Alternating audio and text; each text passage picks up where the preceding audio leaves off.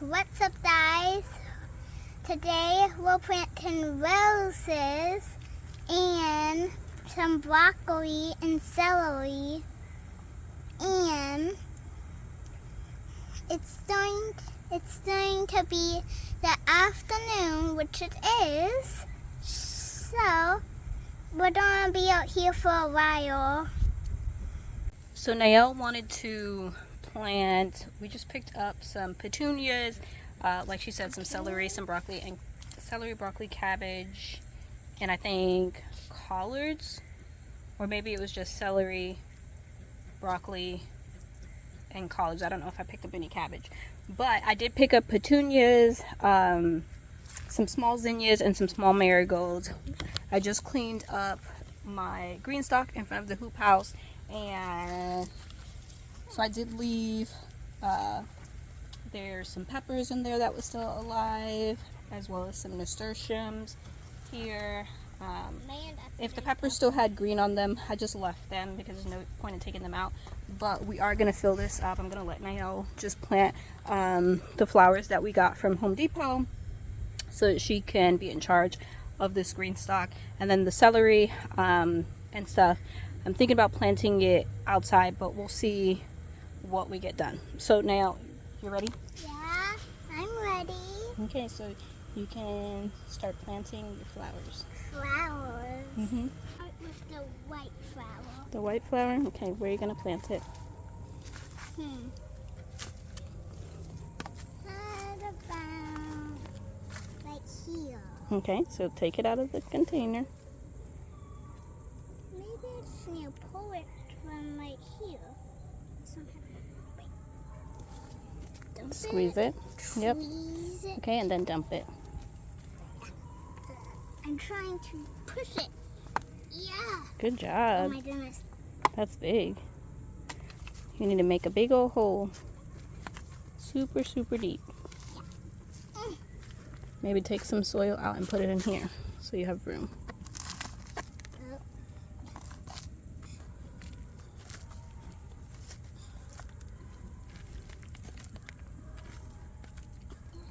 Let's see. I need it all the way down there. All the way down there.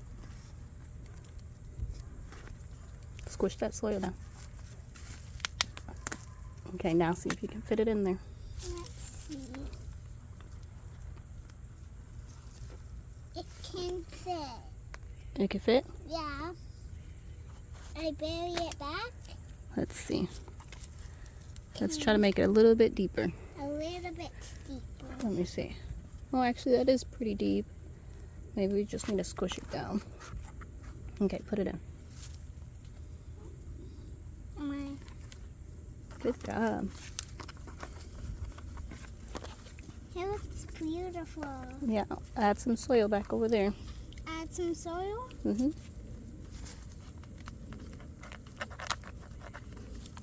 Add more.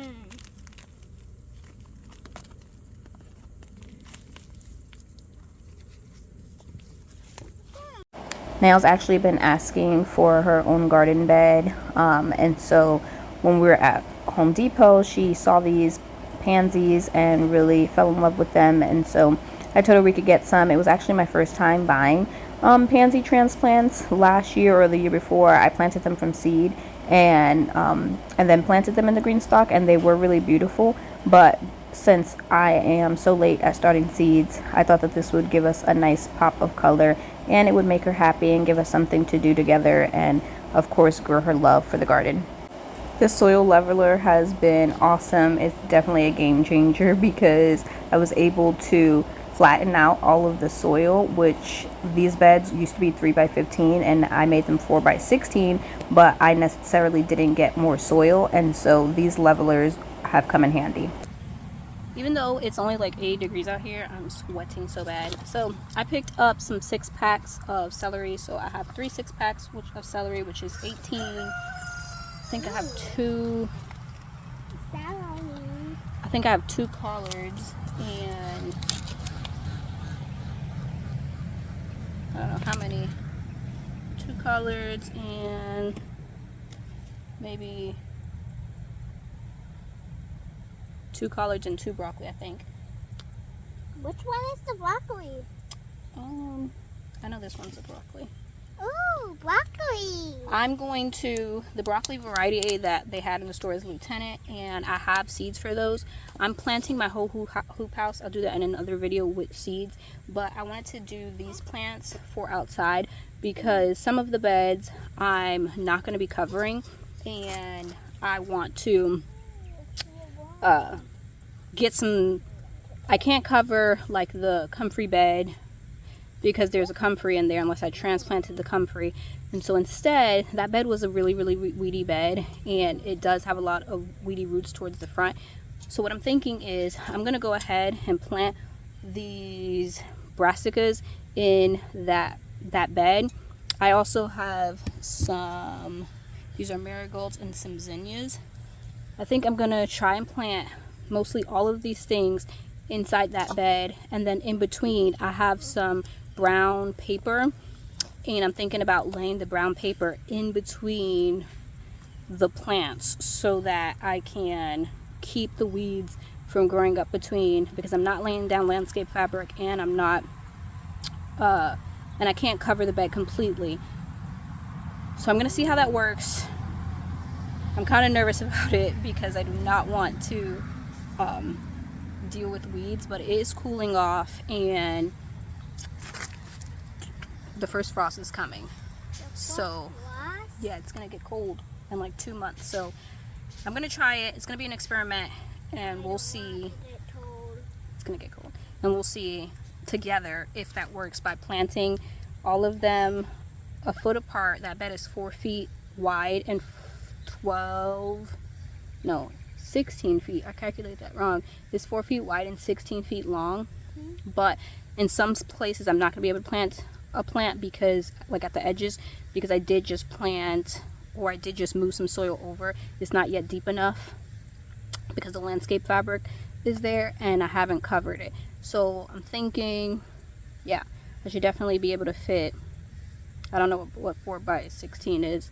It's probably 60, but we'll see. Let's go ahead together and see. We got sidetracked, so this is the next morning. I came out early in the morning to finish getting these transplants in the ground because I knew that it was going to be 90 degrees for the next 3 days, and I wanted to get these in the ground so I could get them watered in really good with the drip and get them nice and established, and so that I can get this bed back covered because this is a really weedy bed, and I do want to try managing my weeds better without having to use landscape fabric, because even the landscape fabric I has is 3 feet and these beds are 4 feet, and so I didn't want to have to buy 4 feet landscape fabric. And then also this is just for the winter because I do still have to fill these beds up. These beds are 6 feet high, and as you saw that I flattened out the soil, which made it even lower than the 6 or the 4 inch it was. And so in the springtime I definitely have it on my to-do list to get more compost and fill all of these beds that I am not filling this coming fall into springtime. But it is beneficial to cover them now because empty soil obviously thrives with, it just wants to be filled. They say nature wants to be covered and modest, and so it's going to grow weeds if I don't get something planted. And so I figured I would plant something, then have empty soil, or have to try to buy more plastic and cover it. I'm just trying to lean more towards regenerative gardening. So with that being said, I did have this brown paper that I bought last year because I don't always have access to cardboard, and so I'm folding this brown paper in half, and then I'm planting it or laying it between the plants, and then I'm going to lay a layer of straw on top of it, like a thick layer, and I'm hoping that with planting the plants close together and having the brown paper and then adding the straw, that eventually that would smother the weeds, but we shall see.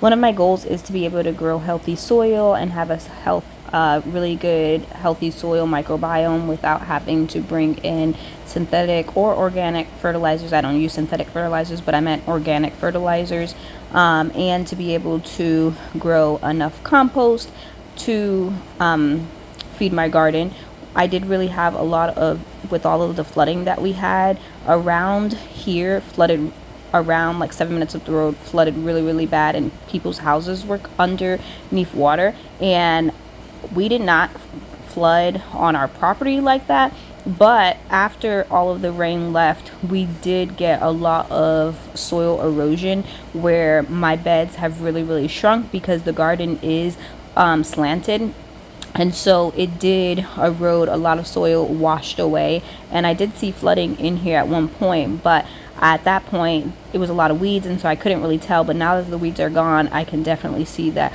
a lot of our soil has left, and on top of me just needing to fill these beds with soil anyway. So at this point I have to worry about filling the beds from soil erosion and from me making the beds wider than it was last year. But as these plants grow, I'm going to keep adding straw around the plants, because right now this is probably only a 2-inch layer of straw, and I definitely want to make this as thick as possible, especially once all the rain comes and compacts it all down.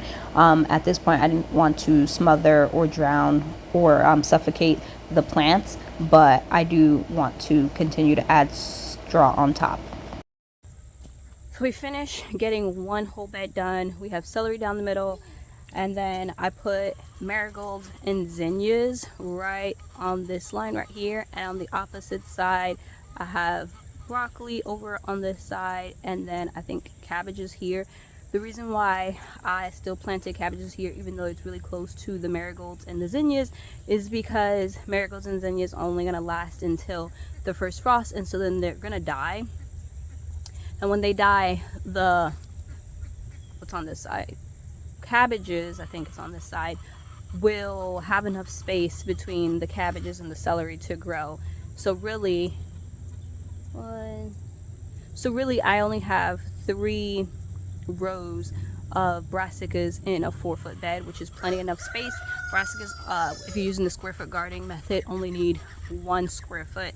And I'm not counting the flowers, because by the time the broccoli and the cabbages and the celery get big enough, those will all be dead. I just put that there because I wanted a pop of color in the garden. I do plan on planting fall flowers. I have all of my seeds inside the house. I wanted to get this bed completely done. And like I said, I want to try my hand at fall flowers. I've never planted fall flowers before, but I'm gonna try it. I'm gonna do a whole video dedicated on that with a book that I've had since we've moved in here. I just haven't tried it, but it's the perfect time to try it since I already have some previous flower beds that already have landscape fabric and already have the holes. It's the perfect time to try. So like I said, this bed is completely done. It is now after 8 o'clock. I'm gonna go inside and eat breakfast. My girls are already eating, and then we'll probably be back out here later today to finish cleaning up some beds. We still have, behind you guys, we still have 2 tomato beds where the determinate tomatoes were and the beefsteaks were, to clear out, and that will be we'll be done weeding the garden pretty much. There's like some sporadic weeds in the walkways, but for the most part these last 2 beds behind you will get all of the weeds out. So, and then I am going to either cover them with plastic, or do a cover crop. It's going to be my first year also doing a cover crop, just to keep the soil covered, because I have cover crop seeds and it would be less expensive than buying plastic. If it doesn't work, then I will go ahead and buy plastic for all of the beds that I want to cover, but some of the beds I'm going to try the cover crop and see how that goes. So thank you guys for hanging out with me and Nael. She's already inside eating, and I'll see you guys on my next video. Bye guys.